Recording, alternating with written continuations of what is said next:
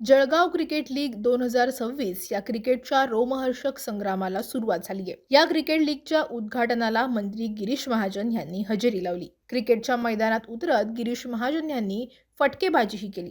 दरम्यान उपस्थित खेळाडूंना त्यांनी त्यांच्या खेळाडू वृत्तीचे वेगवेगळे किस्सेही सांगितले। गिरीश महाजन काय म्हणाले ते पहा। अशोक भाऊ, उपस्थित सर्व आमदार, जळगाव धुळ्याच्या महापौर, सर्व नगरसेवक, उपस्थित सर्व टीम ओनर्स, आयोजक, प्रेक्षक, खेळाडू बंधूंनो, भगिनींनो, खरं म्हणजे इथे आल्यावर मला असं माहितच नव्हतं की इतकं सुंदर ग्राउंड। म्हणजे परवाच मी 12 तारखेला मानखडे स्टेडियमवर मॅच बघितली। मला वाटतं त्यापेक्षाही चांगलं मेंटेन ग्राउंड हे लॉन या ठिकाणी मला दिसतं। मी फार क्रिकेट बघत नाही, मी जरा खेळलोही नाही क्रिकेट, म्हणजे असं गल्लीत कधीतरी। मी खेळाडू निश्चित होतो। मी चंदवाडामध्ये बोलतो की आपण कोणत्या साली खो खो खेळत होतो। आम्ही विद्यापीठामध्ये खेळलो होतो, शालेय जीवनामध्ये खो खोचे चांगले खेळाडू होतो। मी चांगला माझ्या वजन गटातला कुस्तीगीर होतो। मी पुणे युनिव्हर्सिटी खेळायचो, स्टेटच्या टीम मध्ये खेळायचो। मी कबड्डीचा चांगला प्लेअर होतो। आम्ही पुणे युनिव्हर्सिटी मध्ये सोबत खेळायचो। मी तसा ऑलराऊंडर होतो जरा, पण त्यावेळेला तर मी एखाद्या खेळाकडे कॉन्सन्ट्रेट केलं असतं तर खूप पुढे गेलो असतो। पण मी हे खेळू, ते खेळू, ते खेळू, हे खेळू, 10 गेम खेळायचो। पण त्यानंतर कॉलेज नंतर मी एकाच ठिकाणी कॉन्सन्ट्रेट केलं, तर ते राजकारणामध्ये गेलं। आणि म्हणून सतत 7 वेळा एकदा सरपंच, 7 वेळा आमदार, 3 वेळा पदावर मंत्री, म्हणजे एका ठिकाणी कॉन्सन्ट्रेट केलं की किती पुढे जाऊ शकतो याचं उदाहरण आहे। पण बरं झालं मी त्यावेळेला एकाच खेळावर खेळत बसलो नाही, तिथं खेळत करत असतो।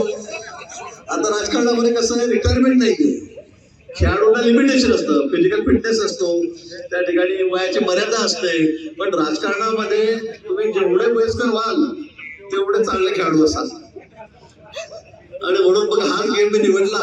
आणि आता राजकारणामध्ये माझी घोडदौड सुरू आहे। जरा भाजपमध्ये मी सगळ्यात सिनियर आहे। सगळ्या आमच्या 140 आमदारांमध्ये 7 टर्म असलेला मी आमदार त्या ठिकाणी आहे। पण अजून काही मी तसा म्हातारा झालेलो नाही किंवा माझं वय झालेलं नाहीये, काही हरकत नाही। अतिशय सुंदर असं नियोजन या ठिकाणी केलेलं आहे। मला वाटतं लॉन इतकं सुंदर आहे, ग्राउंड इतकं सुंदर आहे, आयोजन इतकं सुंदर आहे। फक्त स्टेडियमला फक्त गॅलरी मोठी असते, 25,000, 30,000, 40,000, पण मला वाटतं या ठिकाणचं ग्राउंड बघितल्यावर मला खरं आश्चर्यच वाटलं की इतकं चांगलं आयोजन, नियोजन, इतकं सुंदर असं हे मैदान। आमचे अशोक भाऊ आहेत, अतुल भाऊ आहेत, सगळे त्यांची सगळी टीम आहे, त्यांनी या ठिकाणी केलेलं आहे। आणि म्हणून या निमित्ताने मी सगळ्यांना शुभेच्छा देतो।